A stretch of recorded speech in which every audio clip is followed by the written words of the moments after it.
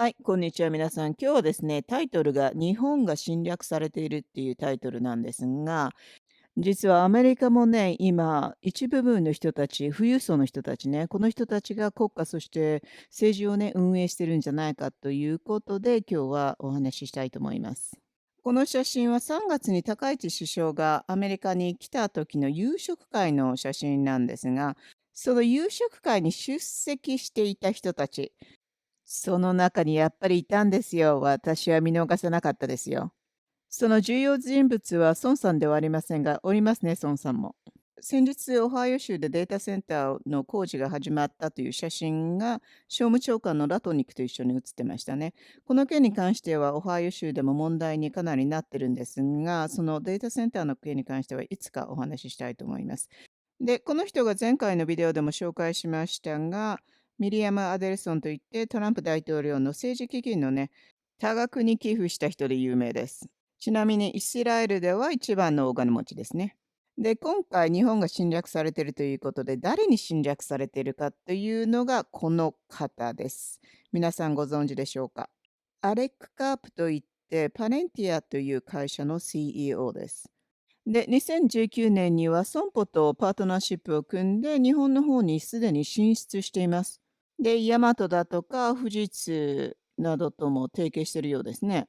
で、これが2024年度の株主のリストなんですが、損保は4位らしいですね。で、大きく分けて3つの製品があるらしいんですが、この1つがね、私が気になるのが、アメリカの防衛省が使っているソフトウェアなんですが、これ、戦争の時のターゲットディシジョンができるそうなんですね。で、アメリカがイランを攻撃した初日、小学校を攻撃してますよね。その時に使ったのもパレンティアのソフトウェアなんですね。それはミスだったっていうふうに言ってますけど、ミスじゃ通りませんよね。で、このパレンティアを一緒に設立したピーター・テイルっていう人がかなり有名な投資家なんですが、で、皆さん、ペイパルが最初に出てきた時のこと覚えてます？そのペイパルもイーロン・マスクと一緒に成功させた人ですね。で、この人ね、高市首相がアメリカに来る前に、すでにもう日本に行って首相と会ってるんですよね。で、小型電子炉の話し合いをしたっていう風に書いてあるんですが、実はこのピーター・ティール、アメリカの小型電子炉、最近新聞に出ていたのがこちらですね。この電子炉、小型電子炉をコロラド州の基地に設置するっていうニュースになってたんですが、そこの会社、ラリアント・インダストリーズっていう会社なんですが、これのね、会社にも出資をしてる人で、で、その会社の、なんと創立者がですね、元スペース X のエンジニアなんです。で、今回は何をお話しされたのかなってすごく興味があるんですが、これ多分ダータセンターですかね。だってもうすでに医療、保険の方に侵入してますよね、日本の。だとすれば、今よく話されてる国家安全保障だとか、あと日本の国防省に使うソフトウェアの話し合いで来てるんでしょうかね。どう思いますか、皆さん。はい。これからが本題です。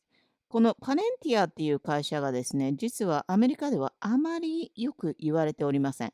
で、その内容をですね、すごくよくまとめたビデオを見つけたので、それを皆さんに紹介します。So, who is Palantir? Palantir is a publicly traded corporation that specializes in big data integration on the software level. But what does that mean? In layman terminology, Palantir focuses on the orchestration, organization, and implementation of data, a ton of the information behind the scenes that products and services need, with a focus on automating the decision making processes with that existing data infrastructure. But how and where do they do this?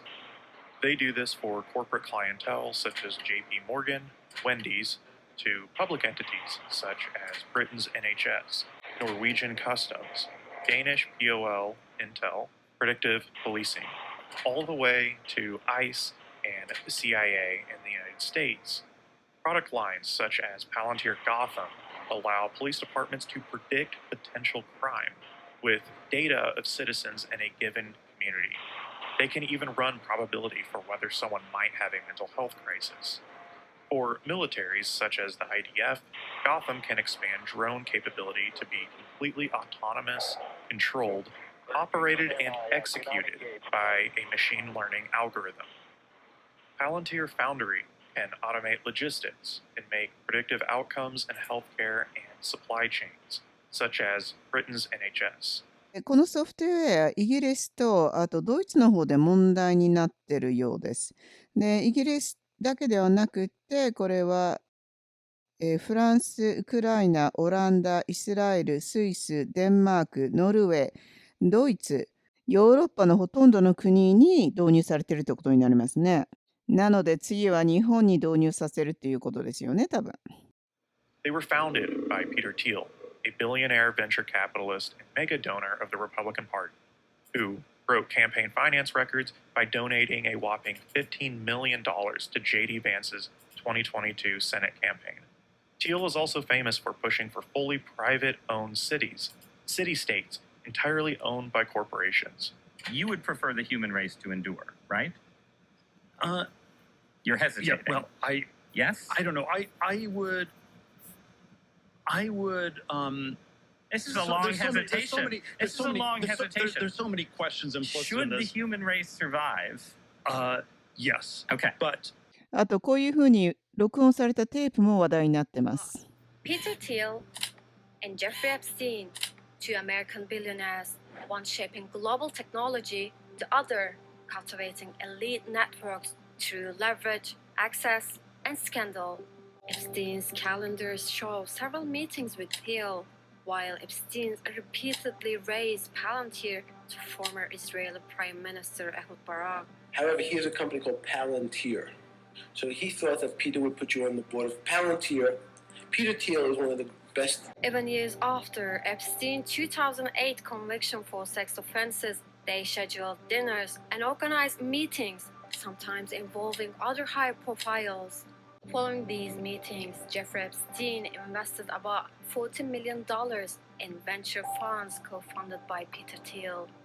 Thiel later founded Palantir, whose technology and surveillance tools are used by intelligence agencies and Israeli military in the occupied West Bank and Gaza.